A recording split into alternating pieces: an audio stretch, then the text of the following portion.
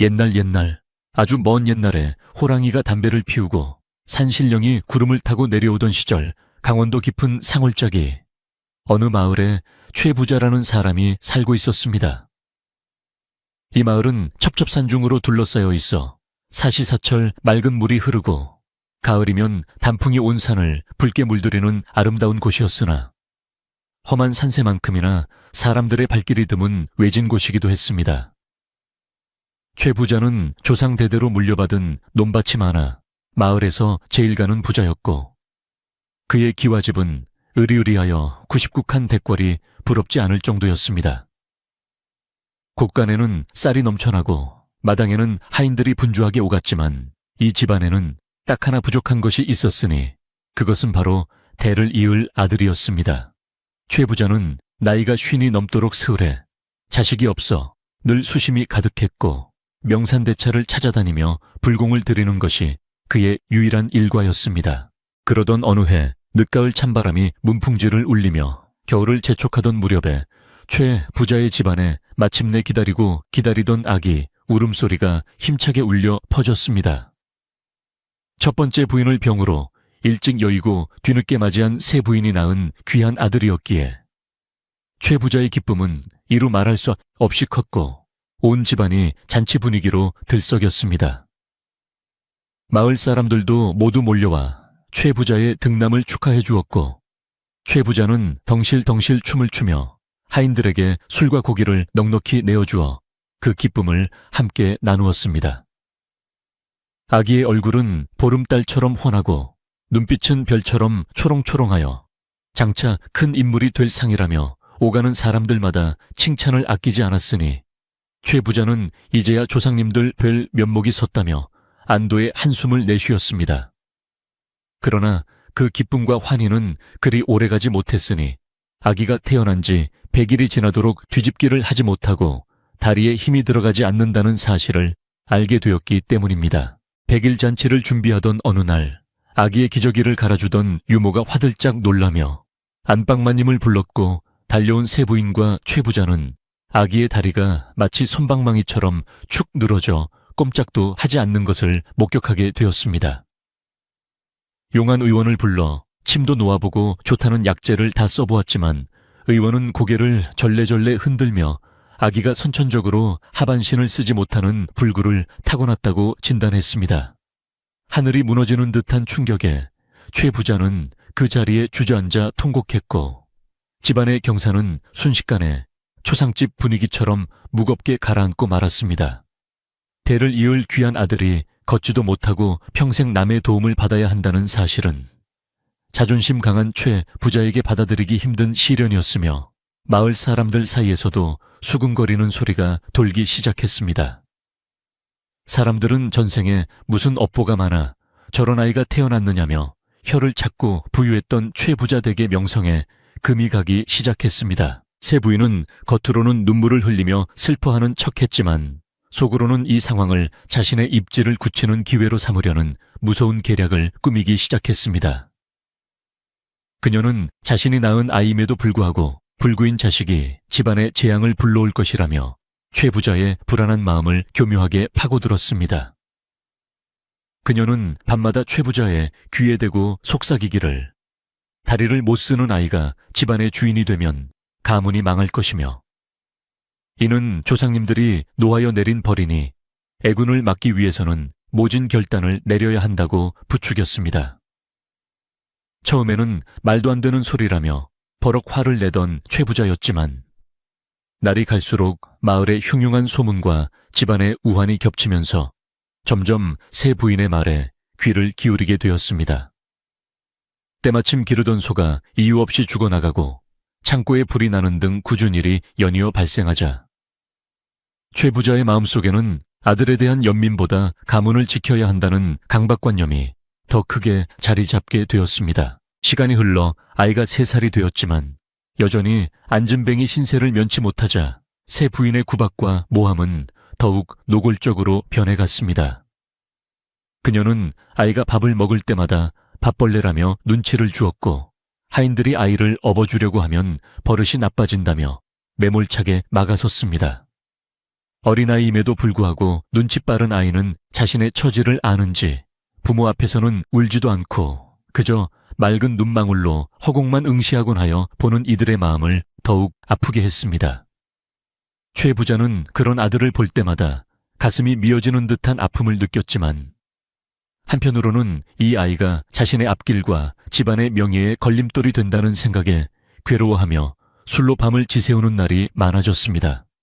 그러던 어느 눈보라가 몰아치던 밤 술에 거나하게 취한 최 부자는 새 부인의 끈질긴 설득에 결국 돌이킬 수 없는 끔찍한 결심을 하고야 말았습니다. 최 부자는 집안에서 가장 오래 일하며 충직하기로 소문난 늙은 하인인 박서방을 은밀히 사랑방으로 불렀습니다.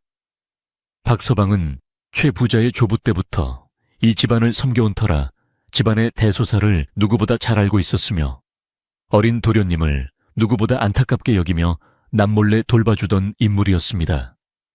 최 부자는 떨리는 목소리로 박서방에게 아이를 데리고 아무도 모르는 깊은 산속 호랑이가 나온다는 험한 골짜기에 버리고 오라는 청천벽력 같은 명령을 내렸습니다. 박서방은 자신의 귀를 의심하며 바닥에 머리를 찍고 통곡하며 제발 그 명령만은 거두어 달라고 애원했습니다. 천륜을 어기는 일은 짐승만도 못한 짓이며 비록 몸이 불편하더라도 도련님은 주인 어른의 핏줄이 아니냐며 눈물로 호소했습니다. 그러나 이미 마음이 차갑게 식어버린 최 부자는 가문의 안위를 위해서는 어쩔 수 없는 일이라며 박서방을 다그쳤고 만약 이 일을 입 밖에 내거나 거역한다면 박서방의 가족까지 무사하지 못할 것이라고 엄포를 놓았습니다. 박서방은 억장이 무너지는 심정이었지만 주인의 엄명을 거역할 힘이 없는 천한 신분이었기에 눈물을 머금고 그 끔찍한 지시를 따를 수밖에 없었습니다. 그는 캄캄한 밤 모두가 잠든 틈을 타 아이가 자고 있는 방으로 몰래 들어갔습니다. 세상 모르고 곤히 잠든 아이의 천진난만한 얼굴을 보자 박서방의 손은 사시나무 떨듯 떨렸고 굵은 눈물방울이 아이의 볼 위로 뚝뚝 떨어졌습니다. 그는 아이가 추운 산속에서 얼어 죽지는 않을까 걱정되어 장롱 깊숙이 넣어두었던 가장 두툼한 비단 이불을 꺼내 아이를 꽁꽁 싸맸습니다. 그리고 혹시나 아이가 깰까봐 조심스럽게 등에 업고는 마치 죄인처럼 고개를 숙인 채 도둑고양이처럼 살금살금 대문을 빠져나왔습니다. 차가운 겨울바람이 박서방의 얼굴을 때렸지만 그의 가슴 속에서 타오르는 죄책감과 슬픔에 비하면 아무것도 아니었습니다. 마을을 벗어나 산길로 접어들자 길은 더욱 험해지고 어둠은 짙게 깔려 한치 앞을 분간하기 힘들었습니다.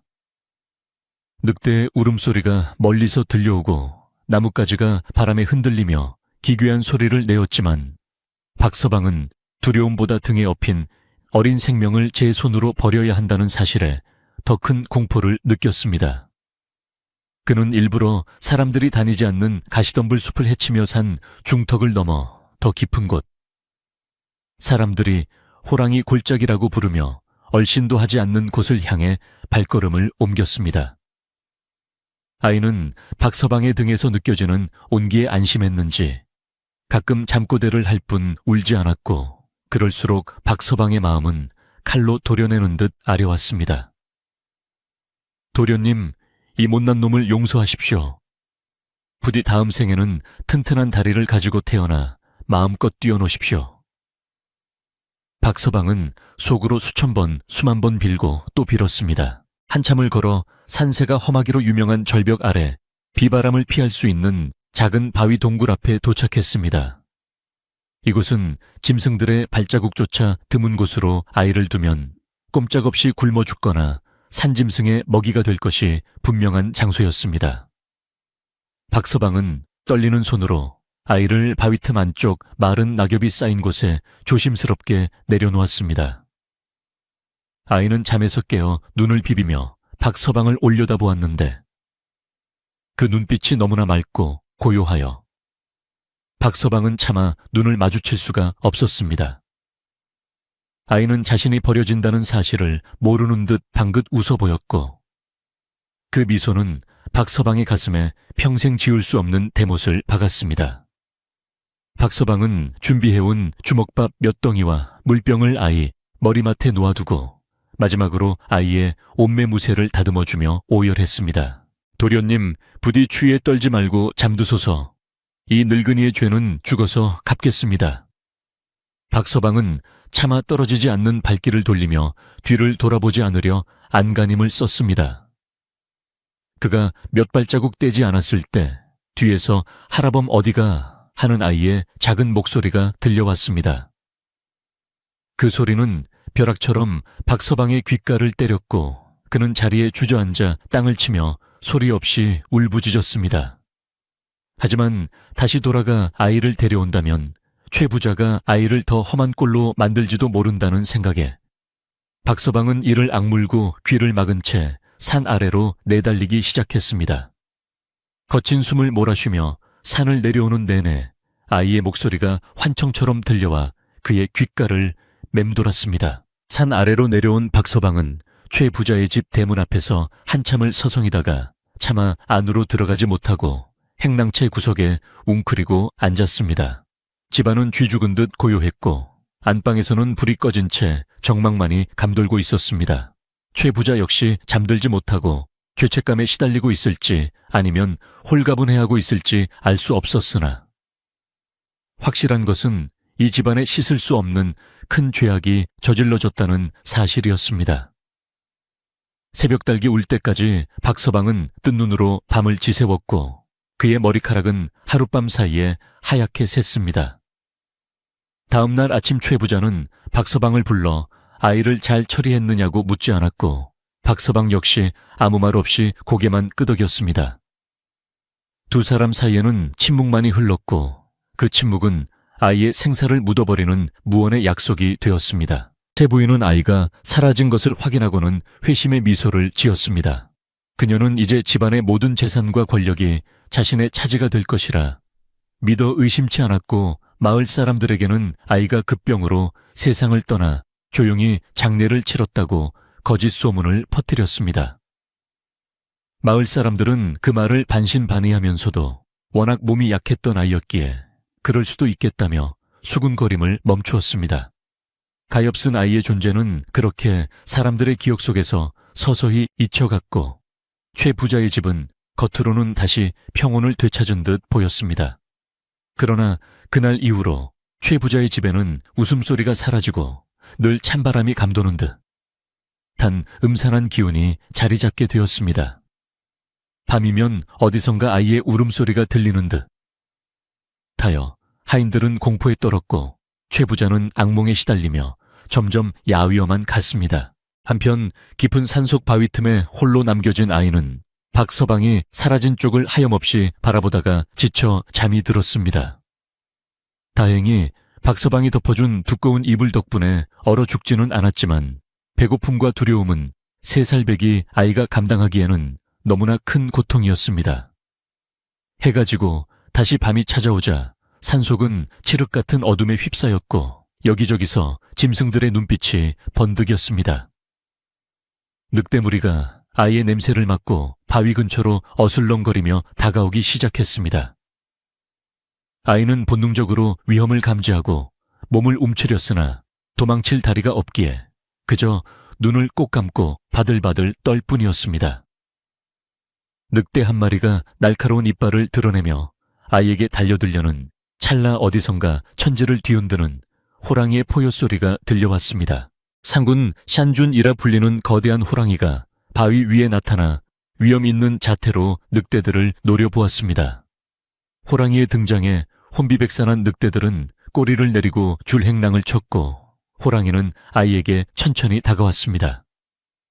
아이는 호랑이의 커다란 덩치에 압도되어 숨조차 쉬지 못했으나 신기하게도 호랑이는 아이를 해치지 않았습니다. 오히려 호랑이는 아이의 곁에 웅크리고 앉아 자신의 천으로 아이를 따뜻하게 감싸주었습니다. 마치 산신령이 아이를 보호하기 위해 보낸 사자처럼 호랑이는 밤새 아이의 곁을 지키며 다른 짐승들의 접근을 막아주었습니다. 아침이 되어 햇살이 비치자 호랑이는 홀연히 숲속으로 사라졌고 아이는 기적적으로 살아남아 또 하루를 맞이하게 되었습니다. 그렇게 며칠이 지났을까요? 아이가 가져온 주먹밥도 다 떨어지고 기력도 쇠하여 거의 의식을 잃어갈 무렵 산속에서 약초를 캐며 무예를 연마하던 한 노인이 우연히 이 바위 앞을 지나게 되었습니다. 그는 범상치 않은 기운을 느끼고 바위 틈을 들여다보았고 그곳에서 죽어가던 아이를 발견했습니다. 노인은 아이의 맥을 짚어보고는 아직 숨이 붙어 있음을 확인하고 재빨리 품에서 단약을 꺼내 아이의 입에 넣어주었습니다. 그리고 아이의 몸을 살펴보던 노인은 깜짝 놀랐습니다. 아이의 하반신은 비록 말라 비틀어져 쓸 수 없었으나 상체와 팔의 골격이 기이할 정도로 튼튼하고 단전에서 뿜어져 나오는 기운이 예사롭지 않았기 때문입니다. 허허, 이 깊은 산 중에 이런 보물이 버려져 있다니 이는 필시 하늘이 내게 준 마지막 제자로구나. 노인은 아이를 자신의 거처인 토굴로 데려가 정성껏 간호했습니다. 며칠 만에 정신을 차린 아이는 낯선 노인을 보고 경계했으나 노인이 건네는 따뜻한 죽 한 그릇에 금세 마음을 열었습니다. 노인은 아이에게 부모가 누구인지 왜 이곳에 버려졌는지 묻지 않았습니다. 그저 아이에게 달수라는 이름을 지어주고 자신의 손자가 되어 함께 살자고 말했습니다.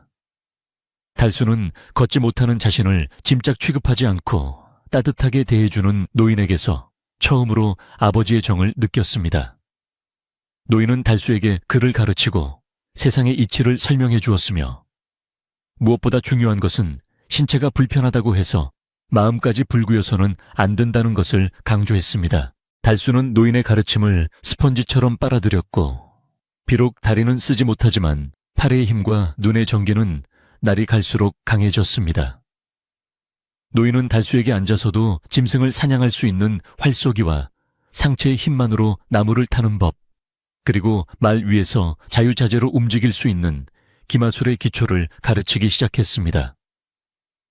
처음에는 중심을 잡지 못해 넘어지고 굴러 상처투성이가 되었지만 달수는 결코 포기하지 않았습니다. 자신을 버린 부모에 대한 원망보다는 자신을 거두어준 스승에 대한 보은과 스스로 일어서고 싶다는 강한 의지가 그를 일으켜 세웠기 때문입니다. 산속의 시간은 유수와 같이 흘러 어느덧 계절이 수십 번 바뀌고 강산이 변해갔습니다. 한편 최 부자의 집은 겉으로는 부유함을 유지하는 듯했으나 속으로는 서서히 썩어들어가고 있었습니다. 새 부인이 낳은 둘째 아들은 부모의 오냐오냐하는 사랑 속에 버릇없는 남봉꾼으로 자라났고 공부는 뒷전인 채 매일 술과 도박에 빠져 가산을 탕진하고 있었습니다. 최 부자는 뒤늦게 후회했지만 이미 엎질러진 물이었고 밤마다 꿈속에 나타나는 버린 아들의 모습에 시달리며 병석에 눕게 되었습니다. 마을 인심도 예전 같지 않아 사람들은 최 부자네를 손가락질했고 흉년이 들 때마다 최 부자네 곡간을 노리는 도적대들의 소문이 심심치 않게 들려왔습니다. 집안의 기운이 쇠하고 불길한 그림자가 들이우는 동안 깊은 산속에서는 한 마리 용이 승천을 준비하듯 달수는 청년 장군으로 성장하고 있었습니다. 달수는 이제 스승인 노인조차 감탄할 정도의 무예 실력을 갖추게 되었습니다. 그는 앉은 자세에서 화살을 쏘아 백보밖에 깨짚을 뚫을 수 있었고 상체의 힘만으로 바위를 들어 올리는 괴력을 발휘했습니다. 특히 그가 말을 타면 마치 말과 한 몸이 된 듯하여 다리를 쓰지 못한다는 사실을 아무도 눈치채지 못할 정도였습니다. 스승은 달수의 무예가 경지에 이르렀음을 알고 이제 그에게 더 넓은 세상을 보여주어야 할 때가 왔음을 직감했습니다. 달수야, 너는 비록 땅을 딛고 서지는 못하나 하늘을 찌를 기계가 있으니 천하가 너의 무대가 될 것이다. 스승의 말에 달수의 눈빛은 깊은 호수처럼 빛났고 그의 가슴 속에는 알 수 없는 뜨거운 것이 솟구쳐 올랐습니다. 그것은 20년 전 잃어버린 자신의 뿌리를 찾고 어지러운 세상을 구하라는 하늘의 부름과도 같았습니다. 어느 날 산 아래 마을에서 피난민들이 산속으로 도망쳐 들어오는 모습이 목격되었습니다. 그들의 입을 통해 나라에 큰 난리가 났으며 흉악한 도적대들이 마을을 약탈하고 사람들을 해친다는 소식이 전해졌습니다. 특히 달수가 태어난 그 마을, 최 부자의 집이 있는 곳이 도적들의 주요 표적이 되었다는 이야기를 들었을 때 달수의 심장은 쿵쿵 뛰기 시작했습니다. 자신을 버린 부모와 고향이지만 그들이 위험에 처했다는 소식은 달수의 본능을 깨웠습니다. 달수는 스승 앞에 무릎을 꿇고 비장한 목소리로 말했습니다. 스승님, 이제 하산하여 제가 배운 것으로 사람들을 구하고 싶습니다. 그리고 제 뿌리를 확인하고 싶습니다. 스승은 달수의 결연한 의지를 읽고 고개를 끄덕였습니다. 그는 장롱 깊은 곳에서 먼지 쌓인 낡은 갑옷과 검을 꺼내 달수에게 건네주었습니다. 이것은 내가 젊은 시절 전장을 누빌 때 쓰던 것이다. 이제 이것의 주인은 너다. 달수는 감격에 겨워 갑옷을 받아들었고 생전 처음으로 갑옷을 입고 투구를 쓰자 늠름한 장군의 기상이 서려 나왔습니다. 스승은 산을 내려가는 달수의 뒷모습을 보며 눈시울을 붉혔지만 그를 잡지 않았습니다. 이제 막 세상으로 나아가는 안전뱅이 장군의 전설이 시작되는 순간이었습니다. 바람이 불어와 달수의 망토를 휘날리게 했고 그는 말에 올라타 힘차게 산을 내려갔습니다. 그가 가는 길 앞에는 험난한 운명과 마주해야 할 진실이 기다리고 있었지만 달수는 두려워하지 않았습니다. 산에서 내려오는 길은 생각보다 험하고 멀었지만 달수에게는 20년 만에 처음 밟아보는 세상으로 향하는 설렘과 두려움이 교차하는 여정이었습니다. 그가 탄 말은 스승님이 구해준 명마로 이름은 바람이라 지었는데 마치 주인의 불편한 다리를 대신하듯 험한 산길을 거침없이 내달리면서도 흔들림이 없었습니다. 달수는 말 위에서 스쳐 지나가는 풍경들을 바라보며 자신이 기억하지 못하는 어린 시절의 고향과 부모님의 얼굴을 상상해 보곤 했습니다. 붉게 물든 단풍잎이 우수수 떨어지는 상일을 지나 사람이 사는 마을이 가까워질수록 공기 중에는 맑은 흙내음 대신 매캐한 연기와 알 수 없는 비릿한 냄새가 섞여나기 시작했습니다. 그것은 평화로운 시골 마을의 저녁, 밥 짓는 냄새가 아니라 무언가 타오르고 썩어가는 난새의 냄새였기에 달수의 미간은 찌푸려졌습니다. 산 아래 첫 번째 마을에 도착했을 때 달수의 눈에 비친 풍경은 스승님께 들었던 평화로운 세상과는 거리가 멀었습니다.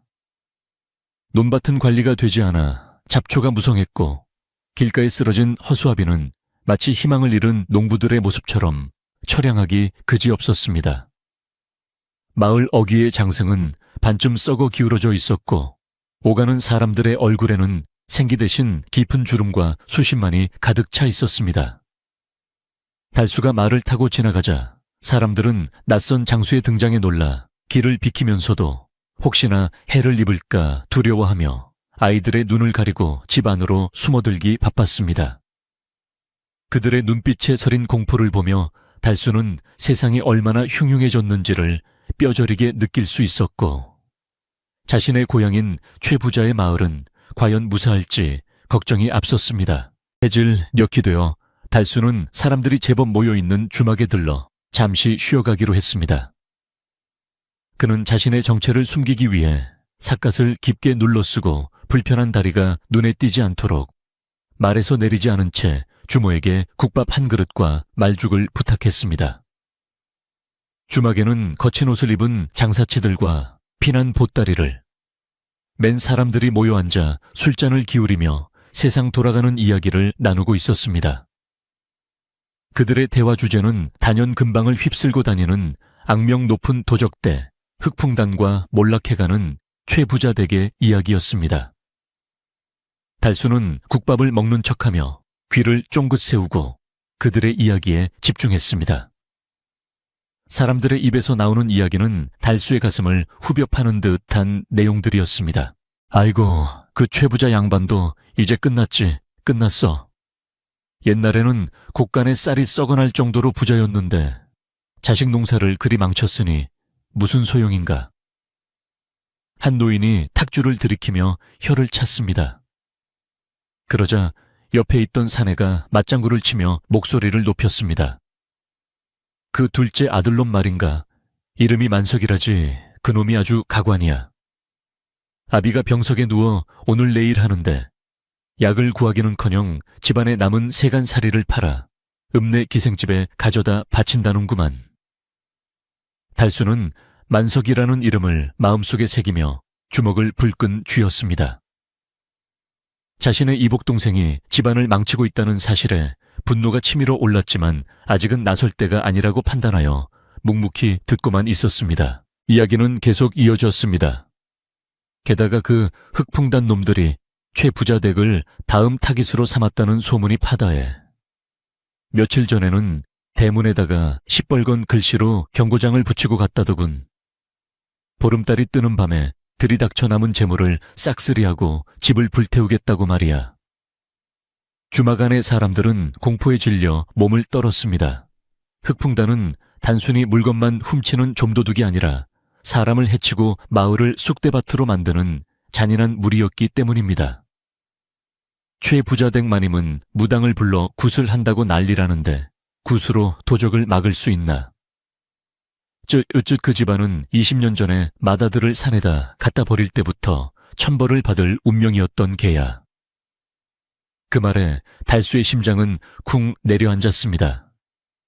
사람들은 여전히 20년 전의 비극을 기억하고 있었고 그것을 집안 몰락의 원인으로 여기고 있었습니다. 달수는 주막을 나와 다시 말머리를 돌려 최 부자의 집이 있는 마을로 향했습니다. 밤이 깊어지자 차가운 바람이 불어와 달수의 옷깃을 파고들었지만 그의 몸은 분노와 안타까움으로 뜨겁게 달아올랐습니다. 마을에 도착하니 옛 기억은 없지만 본능적으로 느껴지는 익숙한 기운이 그를 감쌌습니다. 멀리서 보이는 최 부자의 기와집은 여전히 웅장한 규모를 자랑하고 있었지만 가까이 다가가 보니 담장은 곳곳이 무너져 있었고 대문은 칠이 벗겨져 흉물스러웠습니다. 한때 하인들로 북적이던 마당은 텅 비어 잡초가 무성했고 집안 곳곳에는 적막감만이 감돌아 마치 귀신이 나올 듯한 분위기였습니다. 달수는 집 근처 숲에 말을 숨기고 나무 그늘에 몸을 숨긴 채 집안의 동태를 살피기 시작했습니다. 그때 안채 쪽에서 와장창 무언가 깨지는 소리와 함께 고함이 들려왔습니다. 이 늙은이들이 돈을 어디다 숨겨둔 거야. 흑풍단 놈들이 오기 전에 내가 먼저 챙겨서 도망가야 할 것 아니야. 술에 취해 비틀거리는 젊은 남자가 비단 옷을 풀어 해친 채 마당으로 뛰쳐나왔습니다. 그가 바로 달수의 이복동생 만석이었습니다. 만석의 뒤로는 머리를 풀어 헤친 세 부인이 울며 불며 따라 나왔습니다. 아이고 만석아, 제발 정신 좀 차려라. 아버지가 위독하신데 네가 이리 폐악을 부리면 어찌하느냐. 도적들이 쳐들어온다는데 우리끼리 힘을 합쳐도 모자랄 판에. 그러나 만석은 어머니인 세 부인을 거칠게 뿌리치며 소리쳤습니다. 힘을 합쳐 다 늙은 아버지랑 힘없는 어머니랑 뭘 어쩌겠다고 나는 살아야겠으니 돈 내놓으란 말이야. 만석의 행패는 눈뜨고 볼 수 없을 지경이었습니다. 그는 마당에 있는 장독대를 발로 차부수고 말리는 늙은 하인을 밀쳐 넘어뜨렸습니다. 넘어진 하인은 바로 20년 전 달수를 업고 산을 올랐던 박서방이었습니다.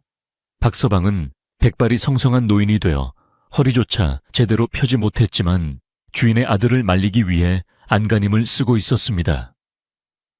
도련님, 이러시면 안 됩니다. 천벌을 받습니다. 박서방의 애원에도 만석은 몽둥이를 들어 박서방을 내리치려 했습니다.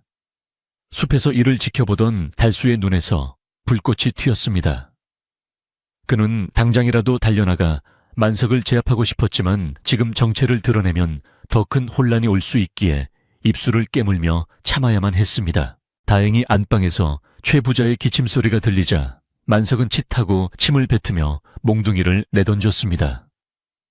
에이, 재수 없어. 내일날 박는 대로 돈 안 내놓으면 집에 불을 질러버릴 테다. 만석은 비틀거리며 대문을 나서 읍내 쪽으로 사라졌고 세 부인은 마당에 주저앉아 땅을 치며 통곡했습니다. 박서방은 아픈 몸을 이끌고 깨진 장독 조각을 치우며 눈물을 훔쳤습니다. 달수는 멀리서 그 모습을 지켜보며 가슴이 미어지는 고통을 느꼈습니다. 자신이 없던 20년 동안 집안은 지옥으로 변해 있었고 부모님은 죄책감과 자식의 배신 속에서 고통받고 있었습니다. 이것은 단순한 가난보다 더 무서운 인간의 도리가 무너진 현장이었습니다. 그날 밤 달수는 마을 어귀의 오래된 느티나무 아래에서 잠시 눈을 붙이려 했습니다. 그때 어둠 속에서 누군가 인기척을 내며 다가왔습니다. 달수는 반사적으로 검자루에 손을 올리며 경계태세를 갖추었습니다. 누구요? 달수의 낮지만 위험 있는 목소리에 어둠 속의 인형이 멈칫했습니다. 다가온 사람은 지팡이를 짚은 허리가 굽은 노파였습니다. 그녀는 마을에서 오랫동안 산파 노릇을 하며 많은 아이를 받아낸 할머니였습니다. 노파는 달수의 차림새를 훑어보더니 깊은 한숨을 내쉬며 말했습니다. 젊은이 보아하니 떠돌이 무사인 것 같은데 이 마을에는 오래 머물지 않는 게 좋아. 이곳은 저주받은 땅이야. 노파는 달수가 묻기도 전에 이야기를 시작했습니다. 이 마을에 기운이 다했어. 최 부자네가 20년 전에 몹쓸 짓을 한 뒤로 하늘이 노한 게지. 멀쩡한 자식을 산에다 버렸으니 오죽하겠나. 그 원혼이 구천을 떠돌며 집안을 망치고 있는 개야. 오늘 밤이나 내일 밤 저 산 너머에서 붉은 두건을 쓴 도적대들이 몰려온다는 소문이 있어. 자네 같은 젊은이가 여기서 개죽음을 당할 필요는 없네. 어서 떠나게. 노파의 말은 달수에게 묘한 울림을 주었습니다. 마을 사람들은 20년 전의 사건을 잊지 않았을 뿐만 아니라 그것을 마을 전체의 불행과 연결짓고 있었습니다. 달수는 노파에게 정중히 고개를 숙이며 물었습니다. 할머니, 만약 그 버려진 아이가 살아서 돌아온다면 이 저주가 풀리겠습니까? 노파는 달수의 뚱딴지 같은 질문에 멍하니 그를 바라보았습니다. 잠시 침묵이 흐른 뒤 노파는 고개를 저으며 씁쓸하게 웃었습니다. 산짐승 밥이 되었을 아이가 어찌 살아 돌아오겠나. 만약 살아온다면 그건 사람이 아니라 귀신이거나 신선이겠지. 하지만 만약에 그 아이가 살아 돌아와 부모를 용서하고 집안을 일으킨다면 하늘도 감동하여 노여움을 풀지 않겠나.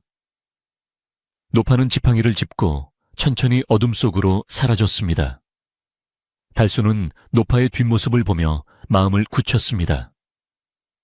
자신이 해야 할 일은 단순히 도적을 물리치는 것이 아니라 꼬여버린 운명의 실타래를 풀고 부모와 마을 사람들의 마음속에 맺힌 응어리를 풀어주는 것임을 깨달았습니다. 다음 날 아침 마을은 폭풍 전야와 같은 긴장감에 휩싸였습니다. 흑풍단이 보낸 전령이 마을 광장에 나타나 오늘 밤 해가 지면 최 부자의 집을 시작으로 마을 전체를 털겠다는 최후 통첩을 하고 갔기 때문입니다. 사람들은 보따리를 싸서 산으로 도망치려 했지만 이미 도적들이 마을 입구를 봉쇄했다는 소식에 절망하며 집 앞문을 걸어 잠갔습니다. 최 부자의 집은 더욱 처참했습니다. 하인들은 모두 도망가고 늙은 박서방과 몸종 한 명만이 남아 떨고 있었습니다.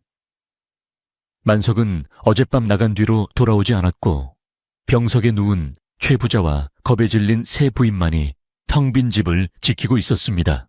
달수는 숲속에서 갑옷을 단단히 고쳐 입었습니다. 스승님이 주신 낡지만 튼튼한 갑옷은 햇빛을 받아 은은하게 빛났습니다. 그는 바람의 갈기를 쓰다듬으며 속삭였습니다. 바람아, 오늘 밤이 우리의 첫 전장이자 내 인생의 가장 긴 밤이 될 것이다. 내 다리가 되어 주어야 한다. 말은 주인의 마음을 아는지 투레질을 하며 발을 구울었습니다. 달수는 검을 차고 활을 등에 맨 채 천천히 마을을 향해 내려가기 시작했습니다. 그의 눈빛은 더 이상 흔들리지 않았고 오직 집안을 지키겠다는 결연한 의지만이 타오르고 있었습니다. 오후가 되자 하늘이 어둑어둑해지며 검은 구름이 몰려왔습니다. 마치 도적대의 등장을 예고하듯 불길한 바람이 불어와 흙먼지를 일으켰습니다. 마을 사람들은 숨을 죽이고 다가올 재앙을 기다리고 있었고 최 부자의 집에서는 새 부인의 흐느끼는 소리가 담장을 넘어 들려왔습니다. 그때 마을 입구 쪽에서 요란한 말발굽 소리와 함께 꽹과리 소리가 들려왔습니다. 놈들이 왔다, 흑풍단이다. 누군가의 비명과 함께 마을은 순식간에 아수라장이 되었습니다. 붉은 두건을 쓴 수십 명의 도적들이 횃불을 들고 말을 달리며 마을로 들이닥쳤습니다. 그들은 닥치는 대로 집을 부수고 사람들을 위협하며 최 부자의 집으로 향했습니다. 도적 두목은 흉악하게 생긴 거구의 사내로 커다란 도끼를 어깨에 메고 최 부자집 대문 앞에 멈춰 섰습니다. 여봐라, 최 부자 영감은 듣거라 살고 싶으면 당장 나와서 곳간 열쇠를 바치고 목숨을 구걸해라. 아니면 이 집을 불태워 내 놈들의 무덤으로 만들어주마. 두목의 고함 소리는 쩌렁쩌렁하게 울려 퍼졌고 집 안에서는 비명소리조차 들리지 않을 정도로 공포가 극에 달했습니다. 박서방이 대문을 조금 열고 나와 덜덜 떨며 애원했지만 도적 졸개 하나가 박서방을 발로 차 구석으로 몰아넣었습니다. 이 늙은이가 죽고 싶어 환장했나. 졸개가 칼을 들어 박서방을 내리치려는 절체절명의 순간이었습니다. 어디선가 멈춰라 하는 호통소리가 천둥처럼 들려왔습니다. 도적들의 시선이 일제히 소리난 쪽으로 쏠렸습니다. 마을 어기 언덕 위에 한 장수가 말을 타고 서 있었습니다. 역광을 받아 얼굴은 잘 보이지 않았지만 그가 뿜어내는 기운은 예사롭지 않았습니다. 장수는 천천히 말을 몰아 도적들 앞으로 다가왔습니다. 말 위에서 꼼짝도 하지 않는 기이한 자세였지만 그 위압감에 도적들이 타고 있던 말들이 뒷걸음질을 쳤습니다. 달수가 드디어 자신의 고향 부모님의 집 앞의 모습을 드러낸 것입니다. 달수는 투구 아래로 날카로운 눈빛을 번득이며 도적 두목을 노려보았습니다. 남의 집에 함부로 들어와 행패를 부리는 내 놈들은 누구냐? 내 칼이 피를 보기 전에 썩 물러가라. 달수의 목소리는 낮지만 묵직하게 깔렸습니다. 도적 두목은 잠시 당황하는 듯 했으나 달수가 혼자라는 것을 확인하고는 비웃음을 터뜨렸습니다. 하하하, 어디서 굴러먹던 놈인지는 모르겠지만 다리도 불편해 보이는 놈이 말 위에서 폰만 잡는구나. 얘들아, 저놈을 끌어내려 매운맛을 보여줘라. 두목의 명령에 졸개들이 괴성을 지르며 달수에게 달려들었습니다. 하지만 달수는 당황하지 않았습니다. 그는 안장 위에서 상체를 유연하게 비틀며 날아오는 화살을 피하고 등 뒤에 있던 활을 순식간에 꺼내 들었습니다. 시위가 팽팽하게 당겨지는 소리와 함께 화살이 바람을 가르며 날아갔습니다. 앞장서 달려오던 졸개의 투구가 화살에 맞아 날아갔고 졸개는 혼비백산하여 말에서 떨어졌습니다. 달수의 활솜씨는 신기에 가까웠습니다. 그는 말 위에서 자유자재로 움직이며 다리를 쓰지 않고도 말의 움직임만으로 적들의 공격을 피하고 방역했습니다. 그것은 스승님과 함께 산속에서 20년 동안 피땀 흘려 연마한 세상 어디에도 없는 안전뱅이 장군만의 무예였습니다. 달수의 활시위를 떠난 화살은 마치 살아있는 매처럼 날아가 도적들의 급소를 정확하게 타격했고 순식간에 서너 명의 졸개가 비명을 지르며 땅바닥에 나뒹굴었습니다. 갑작스러운 기습에 당황한 도적들은 우왕좌왕하며 대열이 무너졌고 그 틈을 타 달수는 말 바람의 옆구리를 다리가 아닌 손으로 툭 치며 신호를 보냈습니다. 영리한 명만은 주인의 의도를 단번에 알아차리고는 앞발을 높이 들어 올려 달려드는 도적의 가슴팍을 걷어찼고 동시에 달수는 허리춤에 차고 있던 장검을 뽑아들어 번개와 같은 속도로 적들의 칼날을 쳐냈습니다. 다리에 힘을 줄 수 없어 일반적인 기마 자세와는 달랐지만 달수는 안장 앞뒤에 설치된 특수 가죽끈에 몸을 단단히 고정하고 있어 격렬한 움직임에도 결코 떨어지는 법이 없었습니다. 오히려 하체의 반동을 이용하지 않고 오로지 허리와 팔의 힘만으로 검을 휘두르는 그의 모습은 기괴하면서도 압도적인 위압감을 풍겨 도적들의 간담을 서늘하게 만들었습니다. 도적 두목은 자신의 부하들이 맥없이 쓰러지는 꼴을 보자 분노가 머리끝까지 치솟아 입에 거품을 물고 고래고래 고함을 질렀습니다. 그는 등에 메고 있던 거대한 도끼를 꺼내 들고는 육중한 몸을 날려 달수에게 정면으로 돌진해왔는데 그 기세가 마치 성난 황소와도 같았습니다.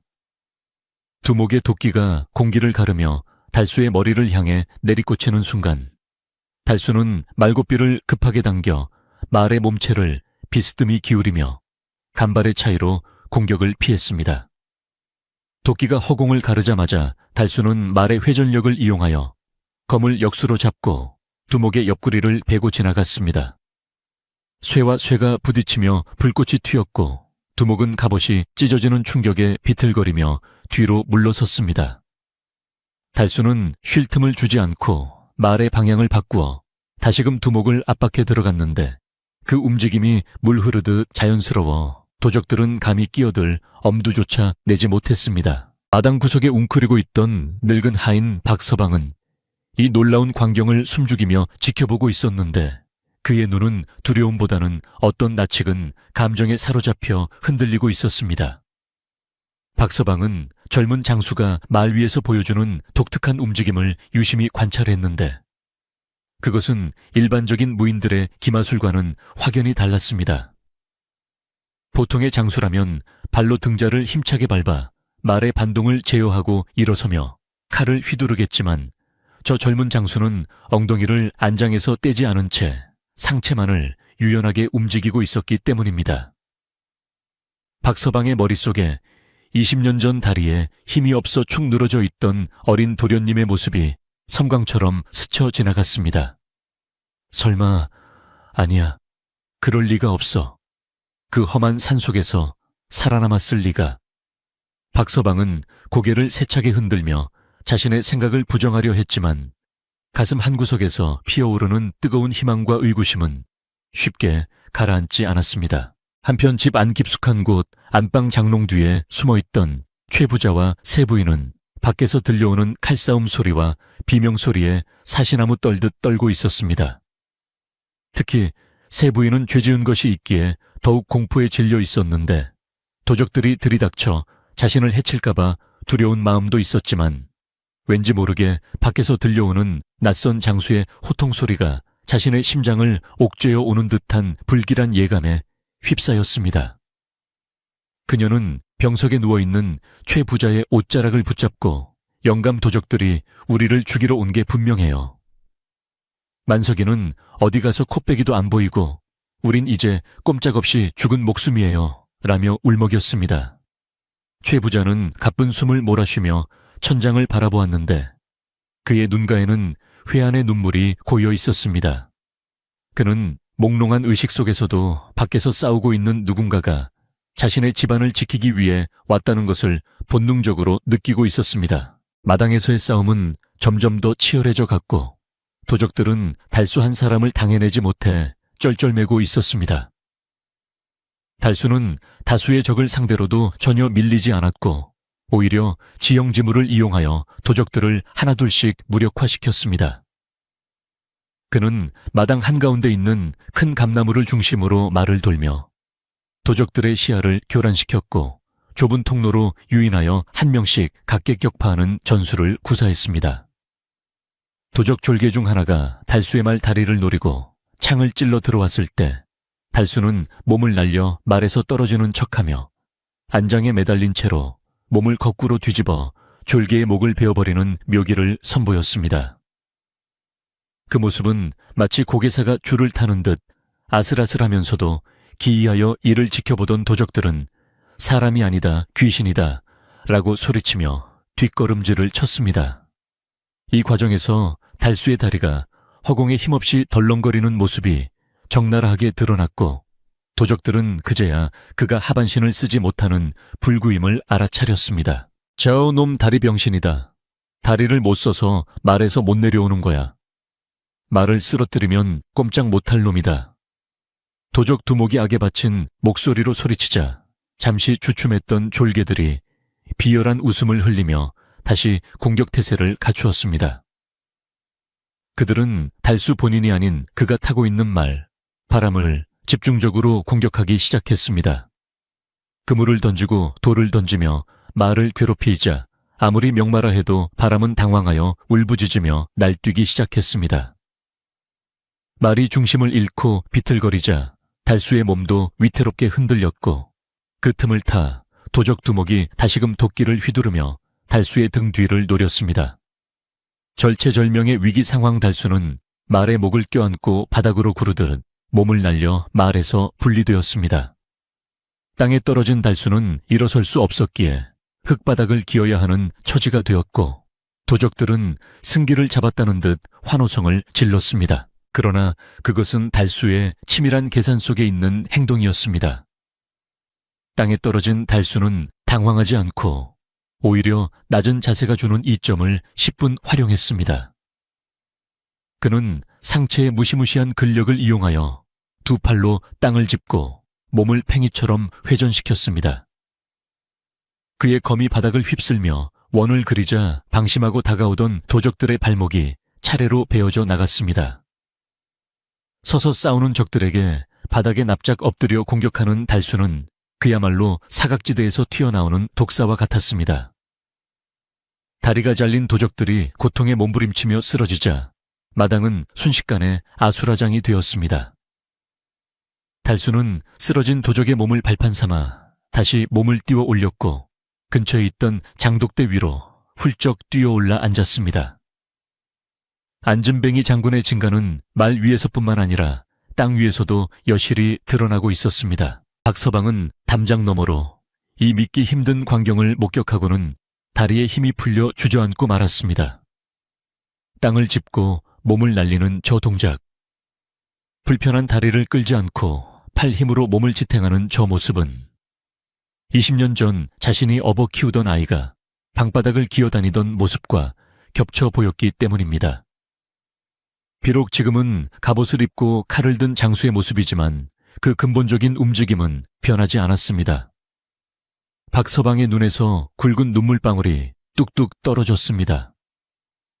도련님, 살아계셨군요. 천지신명님, 감사합니다. 저 불쌍한 도련님을 살려주셔서 감사합니다. 박서방은 흐느끼며 두 손을 모아 하늘에 기도를 올렸습니다. 이제 박서방에게 저 장수는 단순한 구원자가 아니라 죽은 줄 알았던 주인의 핏줄이자 자신이 지키지 못했던 아픈 손가락이었습니다. 장독대 위에 앉은 달수는 숨을 고르며 마당을 둘러보았습니다.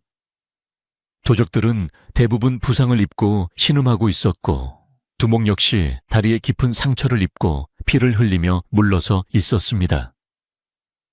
달수는 투구를 벗어 옆에 내려놓고 헝클어진 머리카락을 쓸어 넘기며 도적들을 향해 차갑게 일갈했습니다. 내 다리가 성치 않다고 하여 너희 같은 짐승들을 상대 못할 줄 알았더냐. 진정한 무인은 다리로 서는 것이 아니라 꺾이지 않는 마음으로 서는 것이다. 더 이상 무의미한 피를 흘리기 싫으니 당장 내 집에서 꺼져라. 달수의 목소리는 마당을 쩌렁쩌렁 울렸고 내 집이라는 단어에 숨어있던 박서방과 문틈으로 엿보던 하인들은 숨을 들이켰습니다. 그 말은 자신이 이 집안의 주인임을 선포하는 것과 다름없었기 때문입니다. 도적 두목은 분하고 억울했지만 이미 부하들의 사기가 바닥에 떨어졌고 자신 또한 부상을 입어 더 이상 싸우기가 힘들다고 판단했습니다.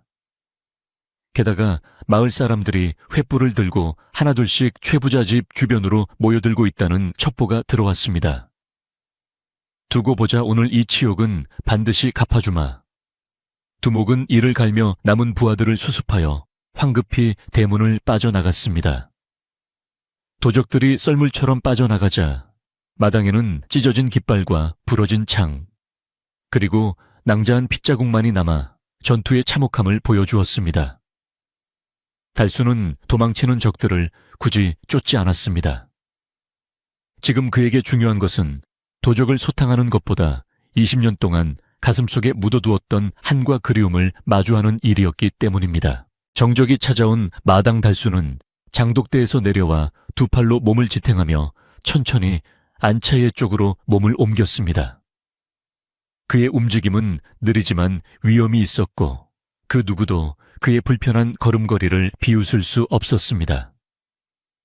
그때 박서방이 비틀거리며 달수의 앞으로 달려나와 털썩 무릎을 꿇었습니다. 장군님, 아니 도련님, 정령 도련님이 맞으십니까? 박서방은 바닥에 머리를 찌으며 오열했습니다. 달수는 잠시 멈칫하더니 따뜻한 눈빛으로 늙은 하인을 내려다보았습니다. 박서방 참으로 오랜만입니다. 그동안 머리가 많이 하얗게 되셨군요. 그날 밤 저를 위해 울어주던 그 마음을 잊은 적이 없습니다. 달수의 목소리는 부드럽게 떨리고 있었고 그 한마디에 박서방은 억눌렀던 감정이 폭발하여 대성통곡을 했습니다. 박서방의 울음소리가 밤하늘에 퍼지자 굳게 닫혀있던 안방문이 삐걱거리며 열렸습니다. 최 부자가 병든 몸을 이끌고 문지방을 잡으며 힘겹게 밖으로 나왔고 그 뒤로 얼굴이 하얗게 질린 세 부인이 따라 나왔습니다. 최 부자는 마당 한가운데 앉아있는 낯선 장수와 그 앞에 엎드려 우는 박서방을 보며 혼란스러운 표정을 지었습니다. 달빛이 구름 사이로 비치며 달수의 얼굴을 환하게 비추었는데 그 이목구비는 젊은 시절 최 부자의 모습과 묘하게 닮아 있었으며 특히 그 맑고 깊은 눈망울은 죽은 첫 번째 부인을 쏙 빼닮아 있었습니다. 최 부자는 떨리는 손을 들어 달수를 가리키며 쉰 목소리로 물었습니다. 걔 누구냐? 박서방 저분이 대체 누구시길래 그리 통곡을 하는 걔냐? 달수는 최 부자를 향해 몸을 돌리고 불편한 다리를 가지런히 모은 뒤 정중하게 절을 올렸습니다. 비록 일어서서 하는 절은 아니었지만 그 어떤 절보다 깊고 무거운 의미가 담긴 절이었습니다. 아버님, 소자 달수 20년 만에 살아서 돌아와 인사 올립니다. 불효자식이 늦게 찾아와 집안을 어지럽게 한 점 용서하여 주십시오. 달수의 고백은 마치 마른 하늘에 날벼락이 치는 듯한 충격을 안겨주었습니다. 최 부자는 다리에 힘이 풀려 마루에 주저앉았고 세 부인은 말도 안 돼, 귀신이야, 저건 귀신이야 라고 소리치며 뒷걸음질을 쳤습니다. 마당 주변에 모여든 마을 사람들도 웅성거리기 시작했습니다. 죽은 줄 알았던 맏아들이 살아 돌아왔대. 안전뱅이라 버려졌던 그 아이가 장군이 되어 돌아왔어. 소문은 삽시간에 퍼져나갔고 마을 전체가 발칵 뒤집혔습니다. 세 부인은 공포와 당혹감에 어쩔 줄을 몰라 했습니다. 그녀는 자신이 꾸몄던 계략과 거짓말들이 만천에 드러날 위기에 처하자 마지막 발악으로 달수를 모함하려 했습니다. 여봐라, 저놈은 우리 집안의 씨가 아니다. 20년 전에 죽은 아이가 어떻게 살아 돌아온단 말이냐. 저건 도적대가 우리 재산을 노리고 꾸민 수작이다 못들 하느냐. 저놈을 당장 끌어내지 않고. 그녀는 악을 쓰며 하인들을 다그쳤지만 이미 달수의 무예와 박서방의 증언, 그리고 무엇보다 혈육만이 가질 수 있는 묘한 기운에 압도된 하인들은 누구 하나 움직이지 않았습니다. 오히려 그들은 세 부인의 표독스러운 모습에 고개를 돌리며 수군거릴 뿐이었습니다. 진실의 힘은 거짓의 목소리보다 강하게 마당을 장악하고 있었습니다. 달수는 세 부인의 고함에도 동요하지 않고 담담하게 말을 이었습니다. 어머니, 제가 비록 낳아주신 어머니는 아니오나 아버님의 부인이시기에 어머니라 부르겠습니다. 저를 산에 버리라 하신 것은 가문을 위한 결정이라 믿고 싶습니다. 하지만 하늘이 저를 살려두신 것은 제가 다시 돌아와 바로잡아야 할 것이 있기 때문일 것입니다. 달수의 목소리에는 원망보다는 단호한 의지가 담겨 있었습니다. 그는 품속에서 낡은 비단 조각을 꺼내 보였는데 그것은 20년 전 박서방이 자신을 감싸주었던 최부자 댁의 문양인 학그림이 수놓인 이불보의 일부였습니다. 그 증표를 보는 순간 최부자는 더 이상 의심할 여지 없이 달수가 자신의 아들임을 확신하고 내 아들아 하고 외치며 마당으로 기어 내려오려 했습니다. 그때 대문 밖에서 왁자지껄한 소리와 함께 술에 취해 비틀거리는 만석이 나타났습니다. 그는 마을이 도적대에게 습격당했다는 소식에 도망쳐 숨어 있다가 잠잠해지자 슬그머니 기어 들어온 것이었습니다. 만석은 마당의 참혹한 풍경과 낯선 장수, 그리고 울고 있는 부모님을 보고 상황 파악이 되지 않아 멍한 표정을 지었습니다. 이게 다 무슨 난리야. 도적놈들은 다 어디 가고 웬 거지가 마당에 앉아 있어. 만석이 달수를 가리키며 비아냥거리자 달수의 눈빛이 매섭게 변했습니다. 이제 집안을 망친 주범이자 삐뚤어진 형제와의 대면이 시작되려 하고 있었습니다. 달수는 천천히 만석을 향해 고개를 돌렸습니다. 내가 만석이구나. 형님이 왔는데 인사도 없이 거지라 칭하다니 내 놈의 버르장머리는 누가 가르쳤더냐. 달수의 낮은 목소리에는 서리빨 같은 기세가 서려 있어 술에 취해 있던 만석조차 본능적으로 등골이 오싹해짐을 느꼈습니다.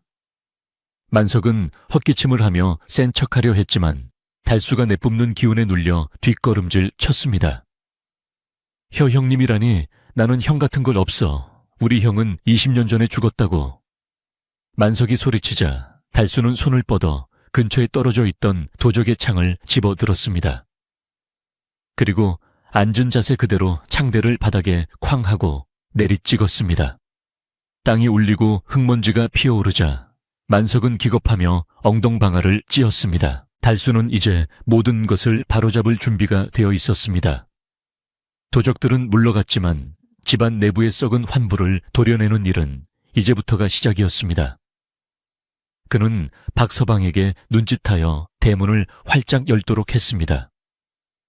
담장 너머에서 구경하던 마을 사람들에게 들어오라는 신호였습니다. 마을 어르신들, 그리고 이웃분들, 모두 들어오십시오. 오늘 밤 최 부자댁에 감춰졌던 진실을 밝히고 제가 이 집안의 장자로서 할 일을 하려 합니다. 달수의 당당한 외침에 마을 사람들은 주저하면서도 호기심과 경외감을 가지고 마당 안으로 들어섰습니다. 수십 개의 횃불이 마당을 대낮처럼 밝혔고 최 부자댁은 20년 만에 열린 인민재판장이자 화해의 장이 될 준비를 마쳤습니다. 달수는 이제 부모와 동생 그리고 마을 사람들 앞에서 자신의 존재를 증명하고 무너진 가문을 다시 세우기 위한 마지막 싸움을 시작하려 하고 있었습니다. 횃불이 어지럽게 춤을 추며 마당을 비추는 가운데 마을 사람들은 숨을 죽이고 최 부자댁의 마당을 가득 메우기 시작했습니다. 그들의 눈에는 도적대를 물리친 신비한 장수에 대한 호기심과 20년 전 사라졌던 비운의 아들이 돌아왔다는 사실에 대한 경외감이 뒤섞여 있었습니다. 달수는 마당 한가운데 놓인 평상 위에 정조하고 앉아 있었는데 투구를 벗은 그의 얼굴은 땀과 흙먼지로 얼룩져 있었지만 그 눈빛만은 밤하늘의 북극성처럼 맑고 또렷하게 빛나고 있었습니다. 그는 웅성거리는 마을 사람들을 천천히 둘러보며 시선을 맞추었는데 그 위엄서린 눈빛에 사람들은 저절로 고개를 숙이며 예를 표했습니다. 이는 단순히 힘으로 제압하는 것이 아니라 오랜 세월 산속에서 수양하며 쌓아온 내면의 기운이 뿜어져 나오는 것이었기에 마을의 촌장조차도 감히 그 앞에서 함부로 입을 열지 못했습니다. 달수는 깊은 숨을 들이마신 뒤 좌중을 압도하는 묵직한 목소리로 입을 열었습니다. 마을 어르신들, 그리고 형제자매 여러분, 오늘 밤 여러분이 보신 것은 단순한 도적대의 습격만이 아닙니다. 이는 지난 20년간 이 집안과 마을에 쌓여온 업보와 거짓이 드러나는 순간입니다. 달수는 옆에 있던 낡은 이불보를 다시 한번 들어보이며 말을 이었습니다. 저는 20년 전 다리를 쓰지 못한다는 이유로 이 집에서 버려져 산속 짐승의 밥이 될 뻔했던 아이입니다. 하지만 하늘이 저를 가엾게 여기시고 스승님이 저를 거두어 주시어 비록 다리는 여전하나 마음과 팔은 강철같이 단련되어 이렇게 돌아왔습니다. 그의 목소리는 담담했지만 그 속에 담긴 사연의 무게는 듣는 이들의 가슴을 먹먹하게 만들었고 여기저기서 훌쩍이는 소리가 들려오기 시작했습니다. 그때 술기운과 분노로 이성을 잃은 만석이 비틀거리며 앞으로 튀어나왔습니다. 그는 달수의 말이 끝나기가 무섭게 삿대질을 하며 고래고래 소리를 질렀습니다. 다 거짓말이야. 저놈은 우리 재산을 노리고 들어온 사기꾼이라고. 내 형은 죽었어. 어디서 감히 형님 행세를 하려 들어. 만석은 바닥에 떨어져 있던 몽둥이를 집어들고는 살기등등한 표정으로 달수를 향해 달려들었습니다. 마을 사람들이 비명을 지르며 말리려 했지만 이미 눈이 뒤집힌 만석의 귀에는 아무것도 들리지 않았습니다. 세 부인은 안 돼. 만석아라고 외치며 손을 뻗었지만 아들의 폭주를 막기에는 역부족이었습니다. 만석의 몽둥이가 달수의 머리 위로 떨어지려는 일촉즉발의 순간 마당에는 팽팽한 긴장감이 감돌았습니다.